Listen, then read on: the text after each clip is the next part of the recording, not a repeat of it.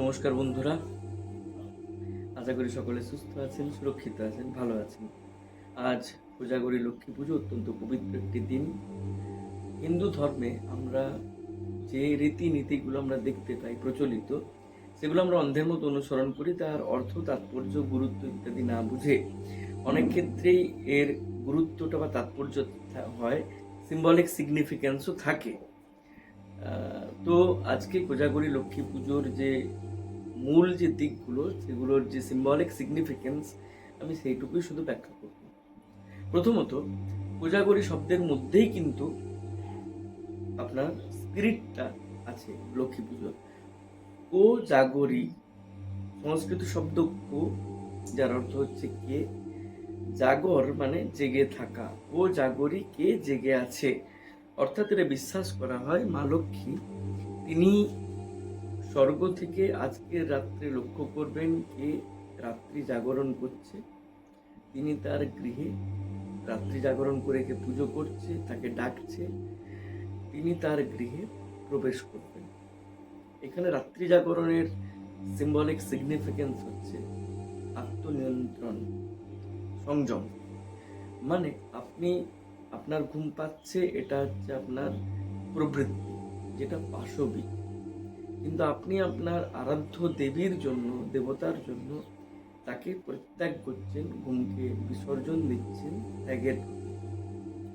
দ্বিতীয়ত, মা লক্ষ্মী, কোজাগরী লক্ষ্মী পুজোতে ঘর দোর পরিষ্কার করা হয়। এর সিম্বলিক সিগনিফিকেন্স হচ্ছে যে মা লক্ষ্মী এটা আমাদের মনের বিশুদ্ধতাকে, মনের পবিত্রতাকে সিগনিফাই করে। এবং এটা মনে রাখবেন যে ঘর হোক বা মন, সারা বছরই আপনার পরিষ্কার পরিচ্ছন্ন এবং পবিত্র রাখাটা কর্তব্য। মা লক্ষ্মী সেই গৃহেই প্রবেশ করেন যে গৃহে এবং গৃহের মানুষের মধ্যে অন্তরে যাদের পবিত্রতা আছে, যারা নিঃস্বার্থ নিষ্কাম পবিত্রতা নিয়ে মা লক্ষ্মীকে যারা আহ্বান জানান, মা লক্ষ্মীকে যারা ডাকেন। আলপনা দেওয়া এবং মা লক্ষ্মীর পদচিহ্ন অঙ্কন করা, এটা পরিষ্কার শোভা এবং সৌন্দর্যের প্রতীক। আগেই বলেছি মা লক্ষ্মী পরিষ্কার পরিচ্ছন্ন সাজানো গোছানো গৃহে প্রবেশ এবং বিরাজ করেন। তাই আলপনা অঙ্কন করে, মা লক্ষ্মীর পদচিহ্ন অঙ্কন করে আপনি বাড়িকে সুন্দর করে সাজিয়ে পদচিহ্ন অঙ্কন করে মাকে দেখিয়ে দিচ্ছেন যে আপনি এইটা প্রবেশ পথ, আপনি আমার ঘরে প্রবেশ করুন। ওই যে গান আছে না, এসো মা লক্ষ্মী বসো ঘরে, তো সেই গান।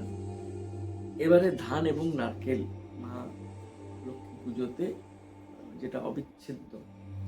ধান এবং নারকেলের তাৎপর্য কি না, সমৃদ্ধিকে সিগনিফাই করে, সমৃদ্ধি এবং পুষ্টি। আপনারা সবাই জানেন যে মা লক্ষ্মী হচ্ছেন অন্ন, ধন, সমৃদ্ধির প্রতীক।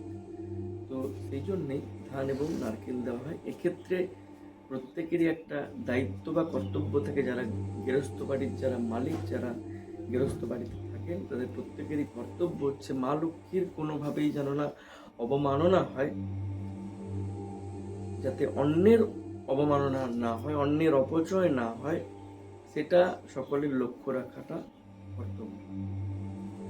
যাই হোক, আমি মূল বিষয়গুলো বলে দিলাম, আপনি অনুসরণ করার চেষ্টা করলে খুব ভালো হয়, মঙ্গল হয়।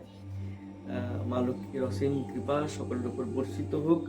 আমার রাজ্য, আমার দেশ এবং এই গোটা বিশ্বে কেউ যেন অভুক্ত না থাকে। মা লক্ষ্মীর কৃপায় সকলের কর্মসংস্থান হোক, সকলের সমৃদ্ধি আসুক, অভাব ঘুচুক, এই কামনা রেখে আমি আমার বক্তব্য শেষ করছি। সকলে ভালো থাকুন, সুস্থ থাকুন, আপনার দিনটি শুভ হোক।